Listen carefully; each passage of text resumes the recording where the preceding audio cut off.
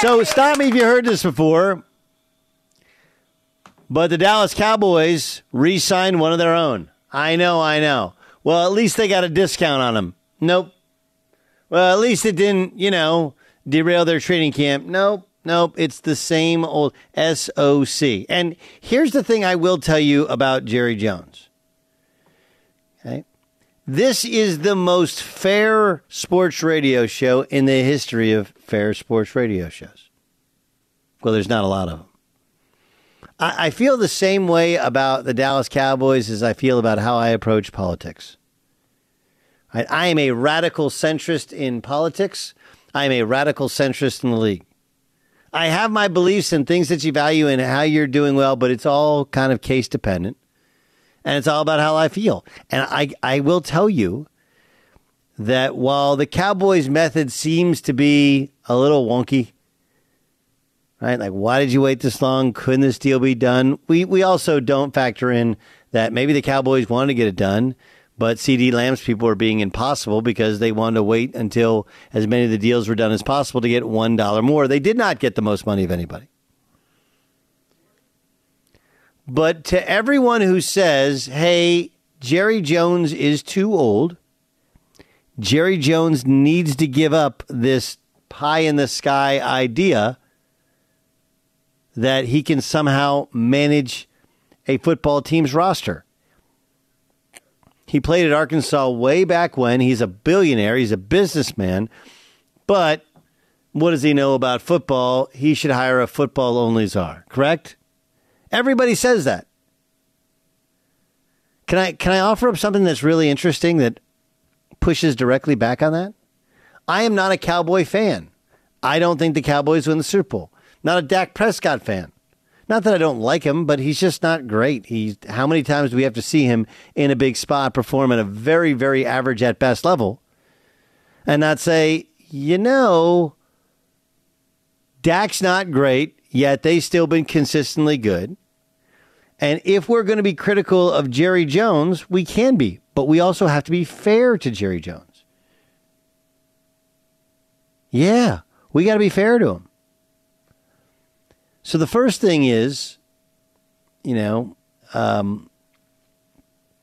you're fair to Jerry Jones, fair to the Dallas Cowboys, and you want to say, what has Jerry done recently? They've won 12, 12, and 12. 12, 12, and 12. That's outstanding. Really outstanding stuff. The only year they didn't have a winning season since 2016 was the year that Dak Prescott broke his ankle. All right? They were 500 the year before that.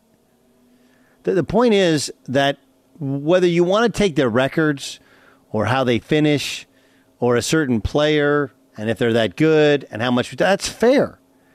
But if Jerry Jones' main job is player personnel, contracts, who they draft, all this stuff, and people always say, Jerry Jones is meddling. You know what? How about you meddle more?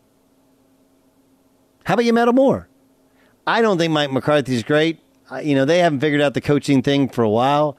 Thought they could have pulled the trigger and gotten Sean Payton in there this year. Thought there's been some other coaches out there that they should have gone after. Maybe Belichick would have been a great fit because Belichick does everything that McCarthy doesn't do in terms of winning in the playoffs. But if the question comes down to what is he doing with contracts, what is he doing with player personnel, what does he know about drafting and acquiring, whatever, have you ever heard on any television, radio show, read in print, anyone saying, the Cowboys just don't have that good a talent? No. Are some of their guys overrated? Sure. Are they overvalued because they play for the Cowboys? Yeah. Should he have signed Ezekiel Elliott or Randy Gregory, some of these deals that he's done? No. But you know what? In spite of it, when the Cowboys have had failings, very few times, and especially recently, have you ever heard anybody go, Cowboys don't have good players? So if there's anything messed up about his eval, what's messed up about his eval is how to put everything together, coaching staff, timing, and really quarterback. But you win 36 games in 3 years. No one says a word negatively about the personnel that you have, and you've revamped an offensive line that aged right before all of our eyes. I got to tell you, like, if he's the meddling owner in this particular case, why don't you meddle more? Yeah, you didn't think you were walking into that one, right? How many of you thought you were going to get a pro Jerry Jones take to start the show? Probably zero of you.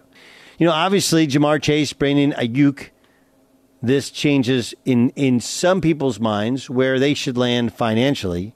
I don't think Ayuk has shown the ability, nor maybe he hasn't had the ability, to be the number one wide receiver to put up those type of numbers that Cee Dee Lamb gets. But he is really talented, and that creates the bar. Somewhere in that mid-30s per year, somewhere in the 90 to 110 in terms of guaranteed money.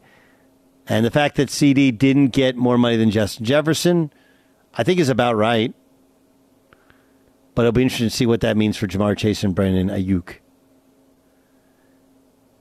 Cope, are you okay with that? I mean, the idea that we all can make fun of the Cowboys. We can all say the Cowboys fall flat, but no one actually says Cowboys don't have good players, and people get on to Jerry Jones about meddling with player personnel. Yeah, I think the bigger criticism you can maybe lobby against Jerry Jones is the coaches that he's hired and hanging on to Jason Garrett for way too long. With the Cowboys, more to your point, they've had talent for plenty of years now. They've been in the playoffs. They've hosted a playoff game, and they have fell flat in those instances. But they're close. They had to get this deal done. And so I'm with you in supporting Jerry Jones when it comes to player stuff. You know, like the whole Johnny Manziel thing, and that kind of got blown out of proportion and obviously didn't really happen. So Cowboys had to do this deal and get it done. Cee Dee Lamb is their biggest playmaker on offense. And, you know, I think people are kind of down on the Cowboys this year because they've been that regular season team that falters in the playoffs. But there's no reason they can't be right there again in the NFC East and competing in the NFC overall. It's the GOTTLIEB Show here on Fox Sports Radio. That's the voice of Nick Hope. You'll hear from him later on in the hours. We get all the updates of everything going on. But Cee Dee Lamb, Cowboys, I mean, like, this thing is all written. And if there's a fair criticism, it's that Jerry, he may talk tough. He always relents. Feels like he always gives in. As we told you this would happen. It did happen. But whatever you think about Jerry Jones' methods, whatever you think about how the Cowboys have finished, in regards to, and this is just in regards to player personnel, they got good enough players. So, what happened in Florida State? As I was impressed by Georgia Tech, because Florida State got the ball, goes down, scores early, and you're like, woof, woof, woof, good football. Right? And Georgia Tech they ran it. They were solid. They were consistent. They were a good football team. They ended up winning the game late field goal. And again, we do this in college basketball as well. Like in college basketball, you can have an average to below average year. You get the NCAA tournament, you win a game. People are like, what a great year. You know, that somehow it validates that you got into the NCAA tournament because you won one game in the NCAA tournament. When the reality is it doesn't work that way. Well, then you have this in college football where, yeah, I mean, I got to tell you, for Florida State, all the whining about, it's not fair that they lost to Georgia. They didn't have their quarterback. It made them a completely different team. Everybody knows that. It is such nonsense. They'd be like, well, they deserved a shot to... Deserves have nothing to do with it. You know?